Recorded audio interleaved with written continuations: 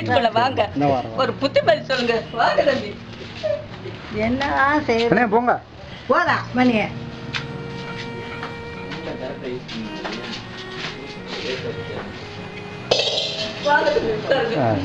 எங்க பாத்தீங்க தம்பி? பெரியார் பஸ் ஸ்டாண்ட்ல அப்படியா? போகணும்னு கேளுங்க. எதுக்கு போனேன்னு கேளுங்க. வீட்டுல இருக்காரு வேலை செஞ்சுட்டு பெரிய பஸ் ஸ்டாண்ட்ல எப்படி இருந்தா? இவன் மொட்டை போட்டுக்காங்க. சுத்தா சம்பந்தாரு அமைதியா இருங்க. அமைதியா இருங்க. நாங்க சொல்றோம்.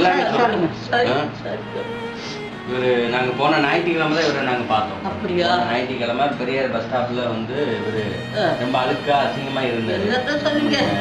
நாங்க மறுபடியும் நாங்க ஒரு சொந்த நிறுவனம். அப்படியா? சமூக சேவை செய்வோம். நாங்க போய்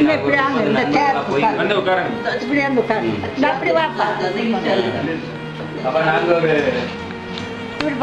ஆமா நீங்க போய் உட்காருங்க போங்க.